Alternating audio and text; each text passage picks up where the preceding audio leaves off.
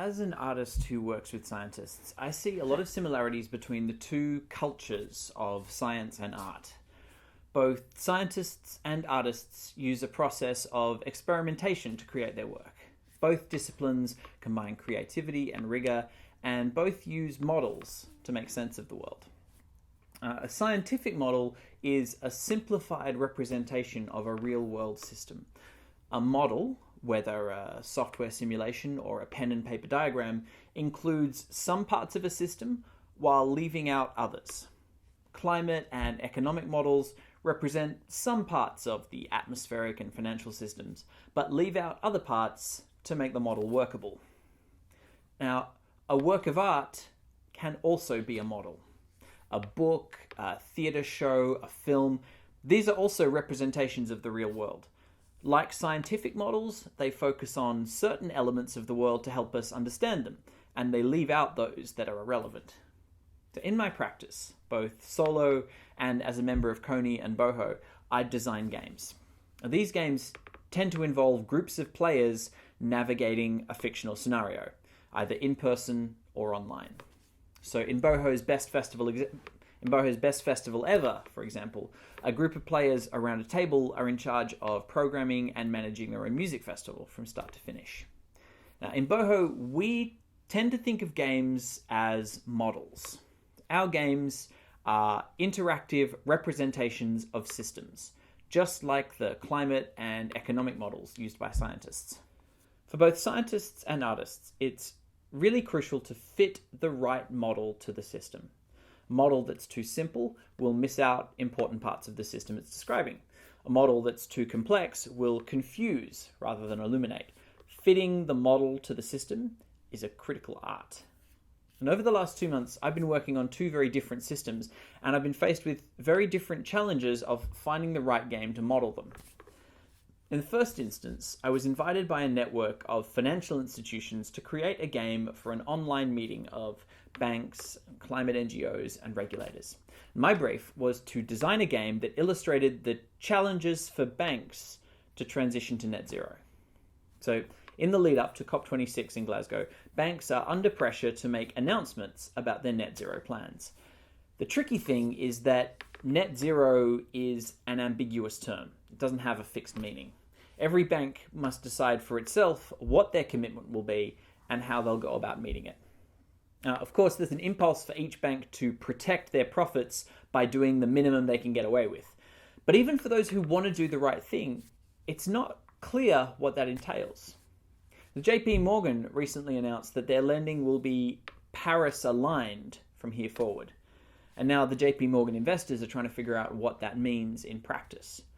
Obviously, it means limiting financing for coal mines and oil wells and gas fields, but can they still make loans to concrete factories, or airlines, or battery farms?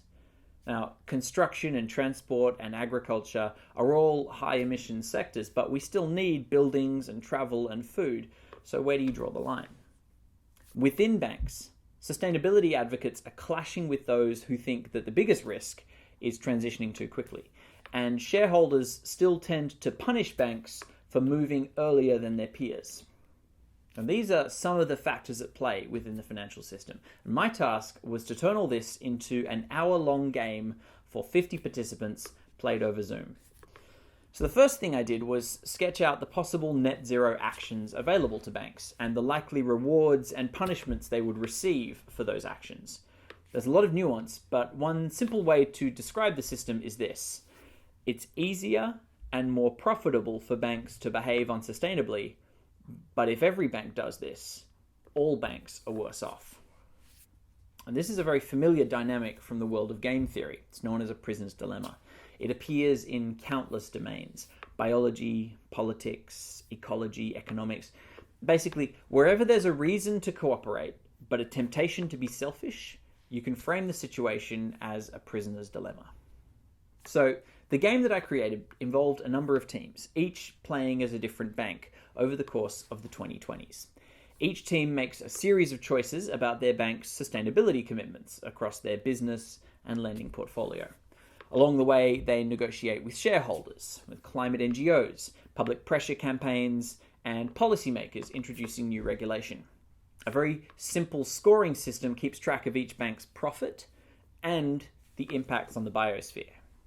And underlying all these choices is the prisoner's dilemma mechanism, a simple trade-off between short-term and long-term priorities. Now, this played out in fascinating ways with different groups of players. So in one session, the most financially successful bank was eventually beset by internal strife and reputational damage over its lack of climate action, while a group of the most impoverished banks formed a consortium to lobby politicians for favourable regulation. And eventually, they turned the tide in their favour. Now, the intention of this game was not to accurately depict the financial system. Not even the most sophisticated economic models can do that, but to capture a few key dynamics of the system in an evocative way. While the players of this game were experts in their fields of investment banking and financial trading, the game provided a structure where their decisions and interactions created a rich, meaningful story. They then spent the next part of the workshop discussing that story and what it illustrated about the way the market might respond to different strategies.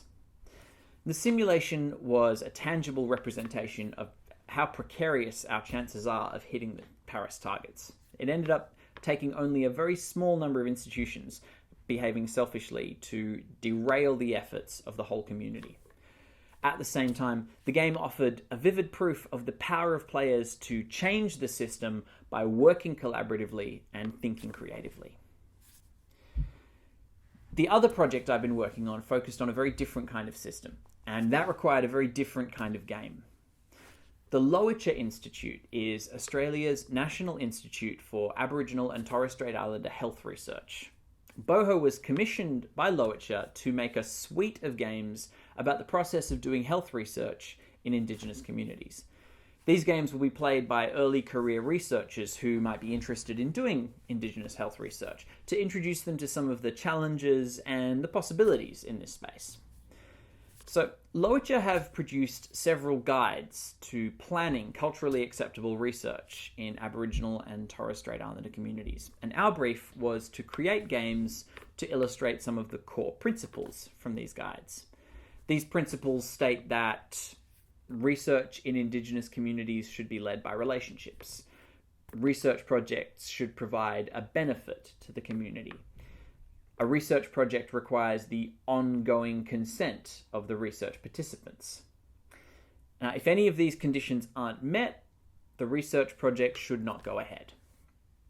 Now, this was a really interesting dynamic to build a game around. So in this setting, unlike with the financial system, there's no competition between groups.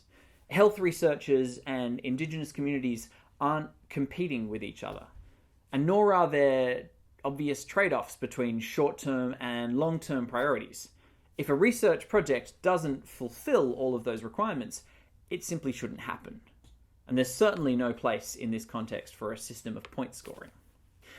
So instead, we turn to the format of storytelling games. This is a form of game that focuses less on rules and scoring and more on collaborative storytelling. Emerging out of the world from role-playing, these games are a way for a group of players to collaboratively explore or create a narrative. So led by Nathan Harrison, Boho created several games in this style. In one game, players took on the role of researchers travelling to an Indigenous community to investigate a failed project. A university has set up a healthy eating choices program in this community to provide young families with training and ingredients to make better meals. Unfortunately, no one is attending any of the workshops, and the university's emails are going unanswered. So, through conversations and encounters with community members, players have to uncover what went wrong with this project and why. In another game, a series of prompts guides players to collectively tell and map the story of an imagined research project from beginning to end. The players imagine various project crises, mismanaged budgets, cultural fumbles, losing key local contacts, and how they were resolved. The value of this kind of game is in its openness, its fluidity, and the space it creates for different players to share their voice. Winning in a game like this is about creating a rich narrative and achieving a feeling of collective creativity.